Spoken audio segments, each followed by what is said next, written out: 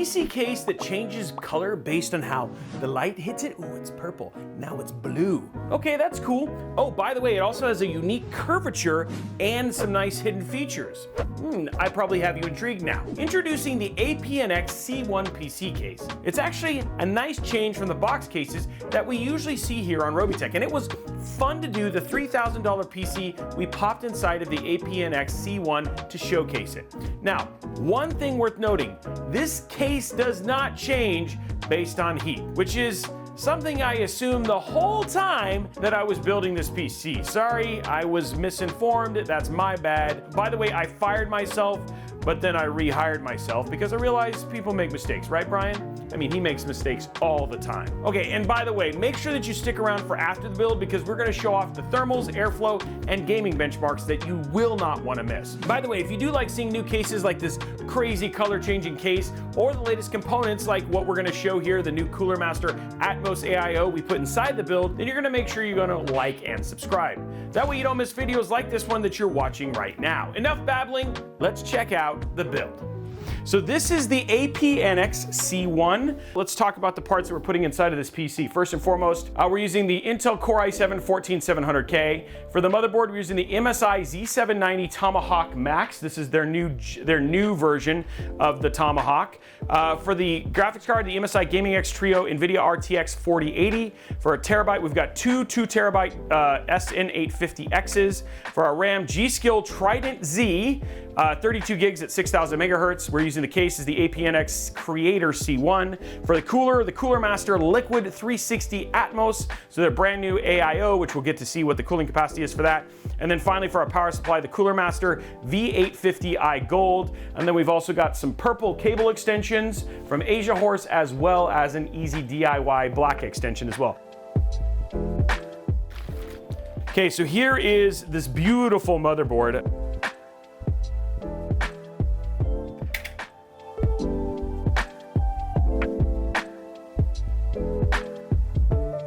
Our 14700K is now in there. So let's get our NVMe's in. So we got two 2TB NVMe's. So 96, let's go RAM, 96 guys. Hey, here we go guys. Ooh, that was 93. That did not sound all that clicky. 98, okay. Let's get our AIO out here. Now this one, the whole thing is already like pre-installed, so it's actually pretty straightforward. 2 Intel brackets, 4 bracket screws, and a partridge in a pear tree.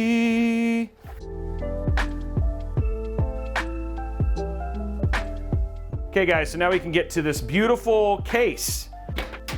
Thank you very much for saying that. Well, see, it just pops right up, see? Look at that, boom, and there it goes. That's kind of cool. Okay, so there it is, there's it stripped. We're gonna use the stock fans here.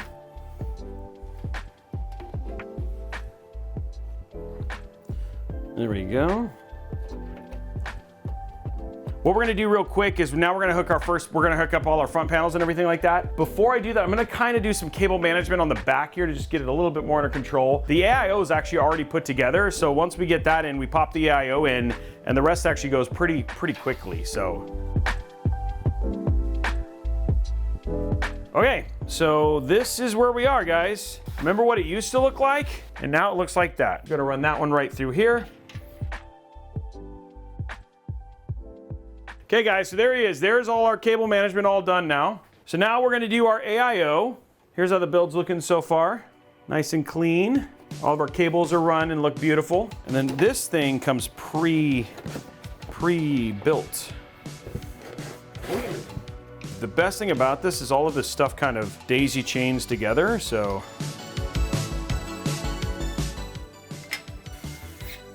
Ooh, there we go, okay.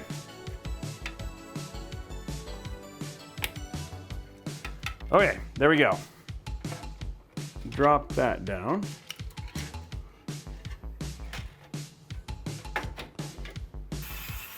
Okay, AIO's installed, all the cables are in for that.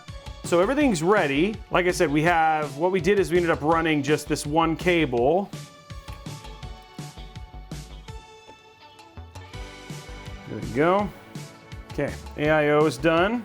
Always a little bit of a lengthy bit, but that's it. Okay, guys, All we have left is cable extensions, GPU. That's it.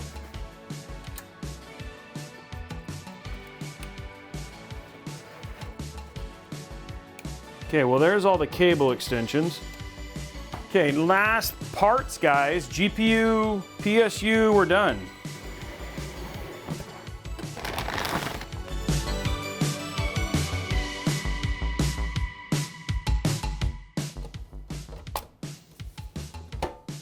And then luckily we got that beautiful built-in sag bracket, so. Okay, let's throw our GPU cable in and then put in power and we're done.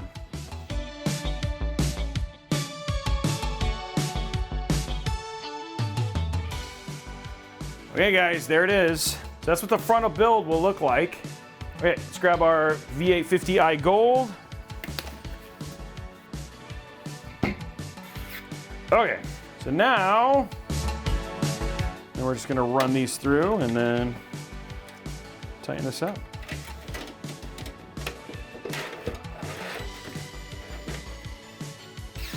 Okay, here we go. Boys and girls, the end. The end of this build. There is the build with the cables, you know what I mean? Looks good, nice and clean. All right, so now lift this up, make sure our cables are all correct.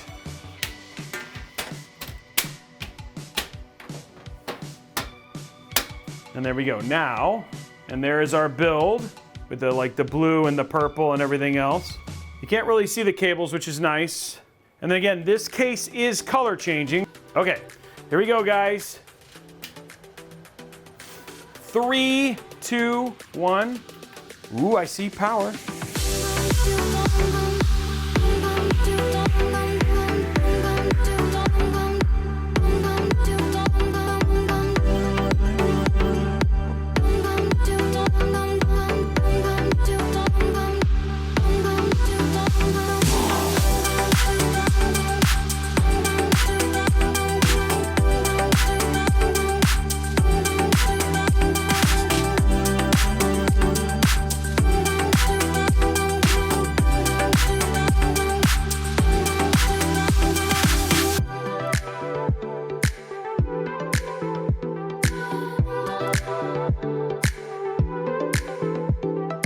Okay, so before I jump too much into performance, let's run down what we put inside of this case, because not only did I want to show off what the case itself is capable of, but we also want to show off what the brand new AIO from Cooler Master, the Atmos 360mm AIO, was capable of that we used to cool the i7-14700K, which we used in this particular build. We also used the latest refresh from MSI, the Z790 board, the Tomahawk Max, which is a great motherboard if you're looking for a balance between features like Wi-Fi 7 and Gen 5, but you also don't want to break the bank. The other thing too is that this thing actually comes with an integrated sag bracket, so when we use the MSI Gaming X Trio RTX 4080, we didn't have to use its sag bracket, so here's how the card looks independently. So lots of cool things to kind of show off with this build. Now on to airflow. Using our handy dandy visualization and smoke, you can see that the intake via the three 120mm RGB fans that came with the APNX C1, and then what we did is we exhausted those through the Cooler Master Atmos and then the 120mm RGB fan in the rear. That means that we have a slightly positive pressure situation inside of this case, and it's being pretty close to neutral, which is good for minimizing dust while also keeping temps nice and low, which we're going to talk about later. So, later's now. Let's jump into thermals. It was so long. I had to wait so long. Sure, the case doesn't change color with the heat, which, I don't know, Brian, it would have been pretty cool. But that doesn't mean that the CPU should be red hot either. So how did the new Atmos cooler from Cooler Master and the APNX C1 manage the Intel Core i7-14700K? Well, it did pretty well, actually kicking it off with our 14700K running without MCE or additional core enhancements. We saw a warm but manageable 87 degrees Celsius, and the GPU was sitting around 62 degrees Celsius under load. So perfectly manageable for anyone wanting to do heavy workload tasks at all. For gaming temps, we saw a massive drop down to 51 degrees Celsius. Woo! chilly, with our GPU being at 62, which is normal given we are running 1440p and our GPU is pretty much under load the entire time. So good thermals and pretty good airflow for stock fans, but before we jump into the world of gaming performance, let's talk about the build experience. The APNX C1 is an interesting case as it has premium features like the color changing outside when you switch around the light and stuff like that, but then there are things like it lacks like rubber grommets and it has like a chintzy interior that feel like there's like a dichotomy, that was my word of the day by the way, between what this case was trying to be, whether it was trying to be high-end or budget. Also, given that this case is got that shape with the curved section, taking off the front panel is a bit interesting, given it has to lift up and off instead of popping off like most cases. Also, with an AIO build, not with an air-cooled build, we did notice that there was some vibration when things run under load. It wasn't obnoxious, but it was worth noting. And also note, there is like this whole back bracket thing that you need to remove, which apparently you can either add storage or a 120mm fan that blows on who knows what. It's in a weird place between the I/O and the CPU. But the odd thing is because of this bracket, they have no tie downs for their EPS connector, which is even more odd because if you have a fan back there, you don't want your EPS connector to get sucked in. And then especially because you have nothing to tie it down with. But alas, nope, no tie downs back there. I did like the cable management options for the fans, but the other thing worth noting is that at the top where the fan and RGB hub is, you're gonna see the connectors protrude down into the open space, making it slightly visible from the front. There isn't any way to avoid this outside of just not using it, but this is where rubber grommets would have been very helpful. Last thing, then I will get into gaming. So I like to hide cables behind the AIO, especially in certain AIOs, like for instance the Cooler Master Atmos, where you can actually, everything can be self-contained and hidden. For this case, I had to redo my cable management for the AIO and push it to one side, actually the front right here, because there is literally no room behind the AIO in the back, which was annoying. So I could put it where the case curves, but I couldn't have to do it in the back, which, I had to redo it, which is what I did. Also, the removable bracket is a bit confusing for the AIO as well, up at the top. So before you put all the screws in and secure your AIO down, I would test putting it in the case first. It will save you some pain. Okay, that was a lot, but this case has some odd bits about it. It's also worth mentioning, I know I wasn't gonna mention any more, but this case does have a lot of similar abilities to the Corsair 5000D or the 4000D in the fact that you can remove the side covers and there's lots of places to put extra fans.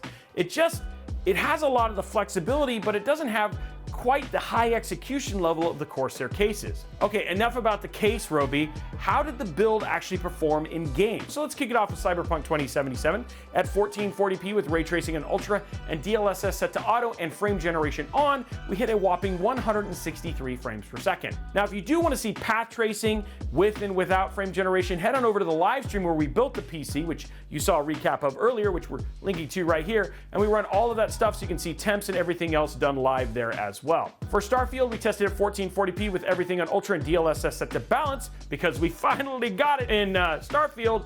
We saw 140-ish FPS on both Planet and also when we were flying around space. Love the new patch, now with native NVIDIA support. Next up, we have Forza Horizon 5, again at 1440p with graphics set to extreme, DLSS set to auto, and frame generation on. We were looking at 229 FPS. That seems fine for racing. Yeah, that's plenty fast. For Call of Duty Modern Warfare 3, again at 1440p, extreme graphics, DLSS set to balance, and frame generation on, we saw 237 FPS. MP on low settings, you're probably looking at 260 FPS with raw 1440p. For Shadow of the Tomb Raider, 1440p with highest graphical presets and DLSS set to balance, you're looking at 267 frames per second. Finally, rounding out single-player games, we have Tiny Tina's Wonderlands with graphics set to badass and FSR set to balance. We saw 234 frames per second. Yeah, that seems perfectly capable for the single-player games. What about MP, Robey? We kick it off with Apex Legends with some graphics maximized for competitive gameplay, meaning low visual settings, 298 frames per second at 1440p. And finally, Fortnite, again, graphics set for competitive, maximizing frame rates. We had the unplayable number of 395 frames per second. So there you have it, a rundown of our $3,000 APNX C1 build, where we did thermals, performance, and airflow, as well as some thoughts on the actual case and build experience as well. We're gonna have our full review of this case coming soon, and if it's out, it's actually gonna be linked right here. And this will stack it up versus other cases and give you more details in terms of what you can put inside of the case, but that's more for full reviews. But that's enough about what I think. That's enough of me babbling. What do you think? What do you think of this build? Do you like the color changing paint? Do you like the aesthetics with the curves? Let me know what you think about that in the comments below. Now, while you're down there, make sure you slap that subscribe button with that like button and ring that notification bell so you get a notification we post videos like this one.